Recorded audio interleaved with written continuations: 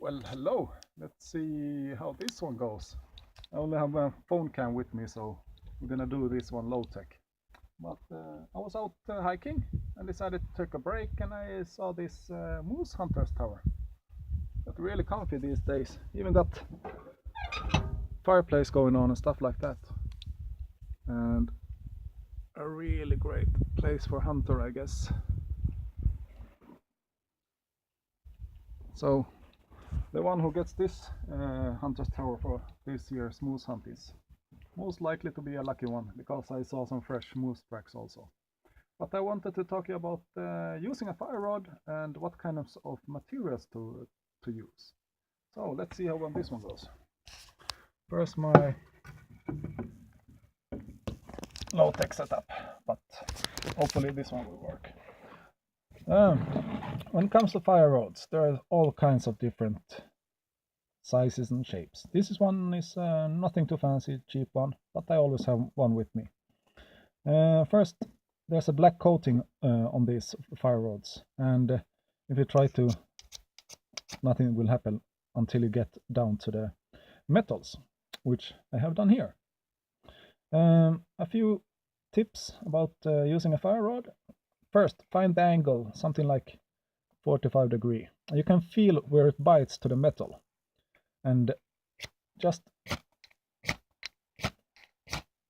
you can feel it when it grabs onto the metal. A few ways of actually using this one is, some people like to keep it some distance above and feed the sparks, and it will work, but I don't think it's the best technique. Some people will keep it slightly above and pull, but still I don't like this technique either, because the sparks will get cooler when they're flying down. So I usually press down directly towards the material I'm going to use, and then I feed it directly like that.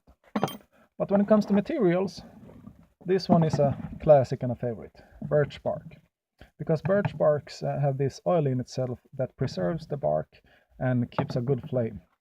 So if you want to use a birch bark, there's a few tips. Sometimes you can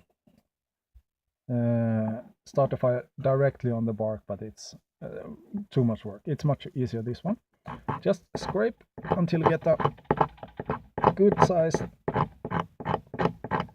pile of these barks, and you want it to be like fine powder so that the sparks can catch. You just pile it up, preferably a bit bigger one, but I think this one will work anyway. So remember to push it downwards directly to the material, and then you create a fire like that. And this is why this birch bark is so popular, because it works almost every time, burns really nice.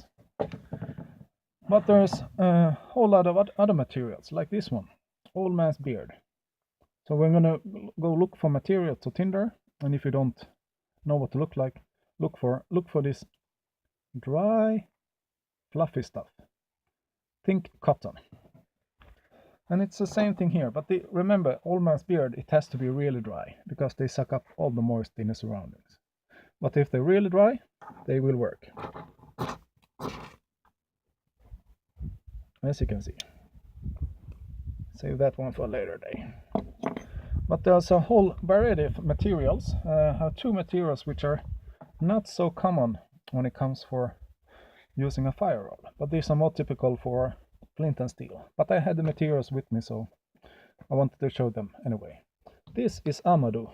This is the part of the horseshoe fungus, which when processed you can use on flint and steel. But it will also catch a fire from a fire rod, or an ember actually. These two materials don't ignite, they create an ember. But yeah, but this one is unprocessed, it just dried out. But the same thing here, just fluff it up a bit.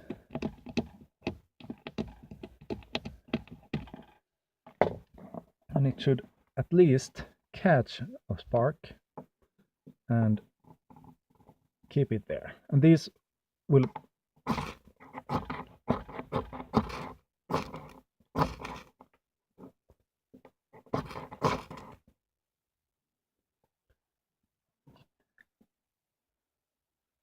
see, and then you have to maintain it a bit.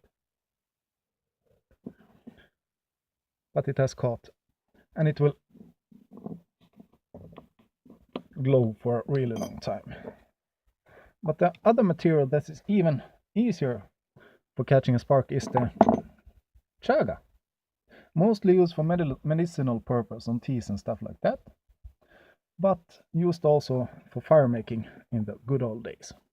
And this is also unprocessed, just dried, but as you all know, this is a real expensive material, so we don't want to use it too much. But you will see how easy it catches an ember. No, as you can see. Yeah, and from here you can transfer it to your tinder where you want to, when you got the flames. And as you can see, I missed to put out it properly, like that. So that's some of the materials and my technique. But go out for yourself and try it. And goodbye from Sweden.